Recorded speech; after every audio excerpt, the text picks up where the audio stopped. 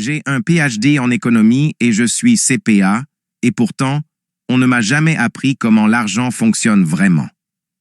Une vérité inconfortable, et je vais être direct avec toi qui va écouter ou lire ceci. Pas de platitude. Oui, c'est normal que tu ne l'aies pas appris, même en étant CPA et PhD en économie. L'école n'a jamais été conçue pour enseigner la liberté financière.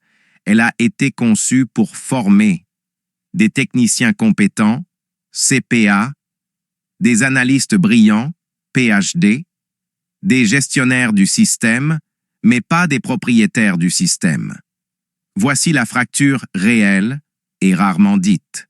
L'université t'enseigne comment mesurer l'argent, comment le déclarer, comment l'optimiser dans un cadre légal, comment le modéliser, mais elle n'enseigne pas comment l'argent se reproduit sans toi, comment protéger le capital avant de chercher le rendement, comment structurer un portefeuille pour survivre au cycle. Comment ne jamais perdre la règle numéro 1. Pourquoi? Parce que ce savoir n'était pas public. Le vrai savoir était domestique, pas académique. Chez les familles riches, on n'enseignait pas l'argent à l'école, on l'enseignait à la maison, par l'exemple, par les décisions, par les erreurs expliquées autour de la table. Les livres existaient, oui, mais écrits dans un langage codé, vendus cher, diffusés dans des cercles fermés, inaccessibles à la classe moyenne. Ce n'était pas un complot, c'était une transmission générationnelle. La classe moyenne était donc aveugle, volontairement. La classe moyenne a appris à travailler pour l'argent, à épargner sans stratégie, à consommer comme signe de réussite, à s'endetter intelligemment, oxymore. Elle n'a jamais appris comment fonctionne l'argent. Résultat, elle maîtrise les outils, mais pas les principes.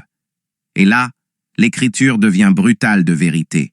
Mon peuple périt par manque de connaissances. Osée 4:6. Ce verset ne parle pas de prière. Il parle de systèmes ignorés. Le peuple ne périt pas parce qu'il ne prie pas. Il périt parce qu'il ne sait pas. Comment fonctionne l'argent? Comment fonctionnent les cycles? Comment fonctionne la transmission?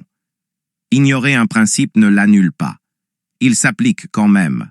La révélation finale est dérangeante. Ce savoir n'était pas secret. Il était hors de portée. Et aujourd'hui, pour la première fois dans l'histoire, il devient accessible, mais seulement à ceux qui sont prêts à désapprendre, sortir du statut de salarié intellectuel, penser en propriétaire. Tu n'es pas en retard, tu es au point exact où la connaissance rencontre la mission. Si tu veux comprendre les principes que les riches utilisent vraiment, reste ici. On va les décortiquer un par un.